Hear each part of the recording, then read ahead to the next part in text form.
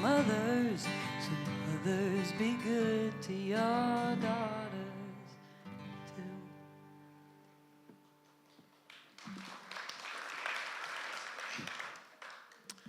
About a year into our marriage, my wife and I decided we were ready for the adventure of having a child. Even though we were ready, it wasn't happening. One night as we were watching television, my wife turned to me and said, "I think you're the problem." She had no medical background. She was going by a woman's intuition. To set her mind at ease, I went to see my doctor, Dr. Rodriguez. Very good doctor in her mid-30s.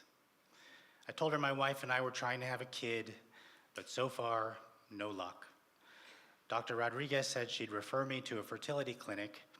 In the meantime, she suggested that my wife and I have sex 3 times a week. I asked if she could please put that in writing.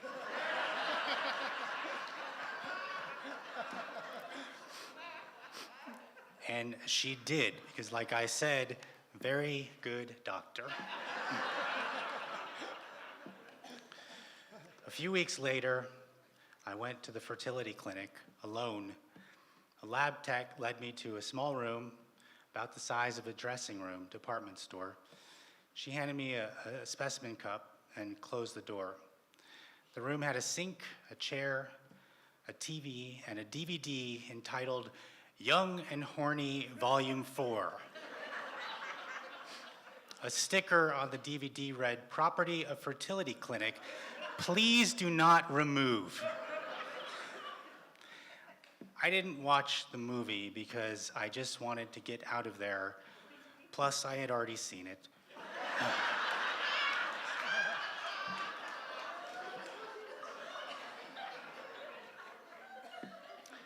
So, without the use of visual aids, I started taking the test. It was difficult to concentrate because I could hear 2 women on the other side of the door deciding whether to grab lunch at the Olive Garden or Marie Callender's. They chose Olive Garden because of the unlimited breadsticks, and that put me over the top.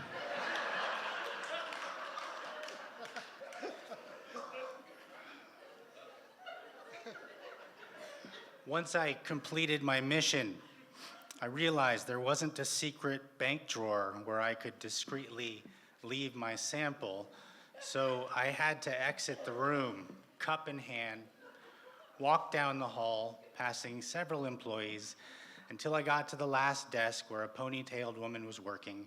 She smiled and thanked me, and I did my best to pretend I hadn't just masturbated and placed a cup of semen on her desk.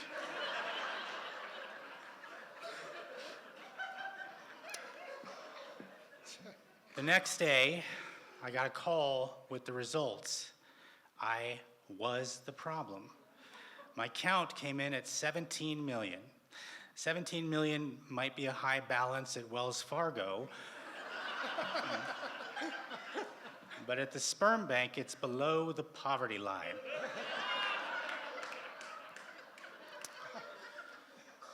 I dreaded telling my wife. When she got home from work, she had news for me. She was pregnant. I had 2 immediate thoughts.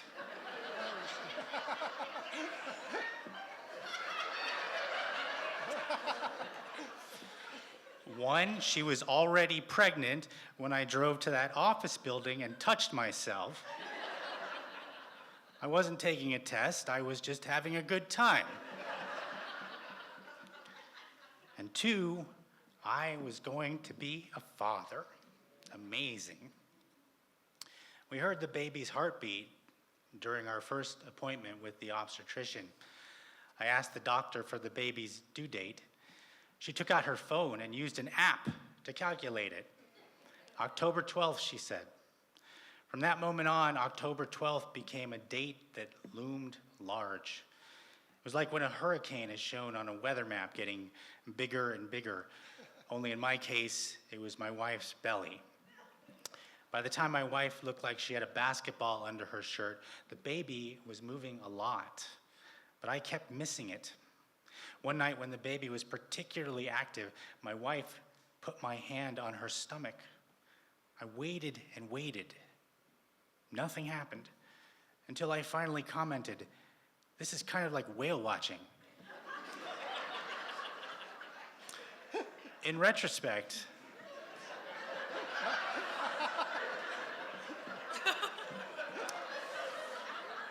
that was a stupid thing to say.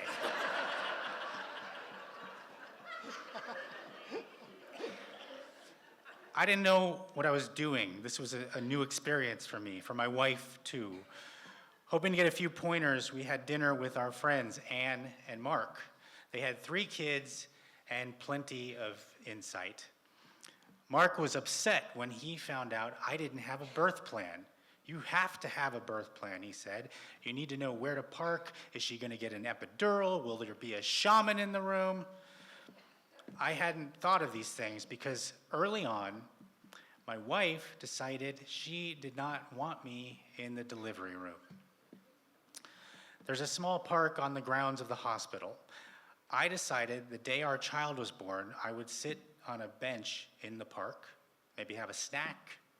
At some point, I'd get a text, "Come meet your baby," smiley face. I pictured myself sitting in that park on October 12th many times. However, on August 12th, exactly 2 months before October 12th, my wife woke me up around 10:30 at night and with concern said, "Something is happening." Her water broke. I jumped out of bed and I thought, I need to get a birth plan.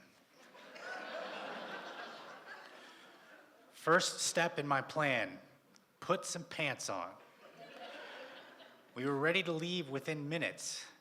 There was just one obstacle in the living room we needed to get past, my in-laws. They happened to be visiting and were sleeping on an air mattress in the living room. I asked my wife, "What do you want to do about the people in the other room?" "Just go," she said. We rushed past them. I didn't look at them. I had no idea if they were even awake. When we got to the car, I received a text from my mother-in-law. "Where are you going?" I wasn't sure whether I should tell her the truth and scare her or play it cool and tell her everything was fine. We're just headed to a dance club. I decided to let her know what was happening when I knew what was happening. We arrived at the hospital in record time and asked the security guard where people go when they have a baby. These were his exact words. I will never forget them. "Make a left, take the elevator to the 2nd floor, make a right and a right and a right. Go down the hall, make a right and a left and another right, then ring the doorbell." Somehow we did that. A nurse quickly examined my wife and explained the baby wanted to show up early, but they would be able to delay birth for about a month. My wife would have to stay at the hospital until then. A cot was wheeled in for me. Even though my wife was given medication to delay our child's arrival, her contractions unexpectedly started to intensify about an hour later. My cot was wheeled out and a pit crew of people raced in, including 2 nurses carrying an empty dessert tray. The on-call doctor took one look at my wife and declared, "The baby is coming. Do you have any questions?"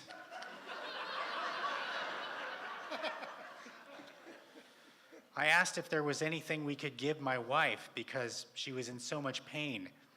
The doctor informed us there wasn't enough time. I so wanted to ask, "Is there anything you could give me?"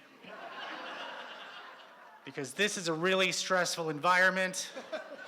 I was supposed to be in the park under a tree. Suddenly I'm in the trenches. Instead, I turned to my wife and asked if she wanted me to leave. She reached up, grabbed my hand, and crushed the bones in it. I took that as a no. There was moaning and breathing and squeezing and pushing. And then there was our baby, smallest human I had ever seen, crying so loud.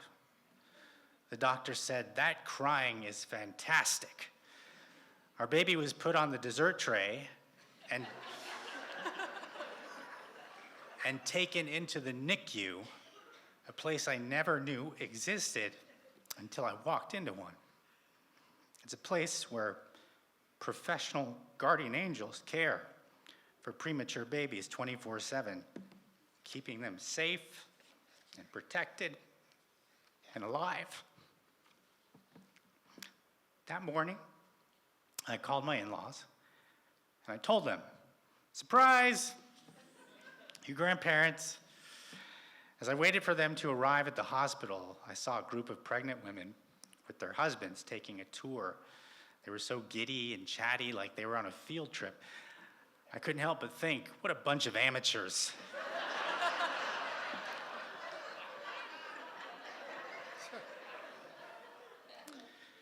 After 5 long weeks in the hospital, we finally brought our baby home, healthy and happy.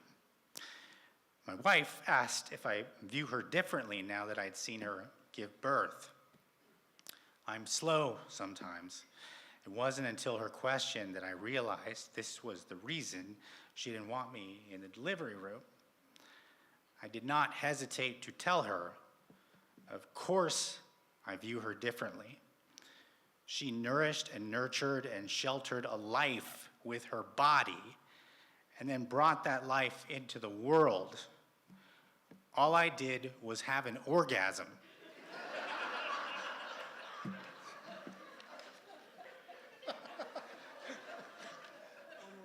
My wife is a superhero. Our 10-year-old daughter is a wonder. We have swam with turtles in the ocean. We've zip-lined through the woods, gone horseback riding alongside raging rivers. She is doing great. It's an honor and a privilege to be a father. And sometimes it's annoying. But even then, it's an honor and a privilege. I love my daughter, and I love being a dad.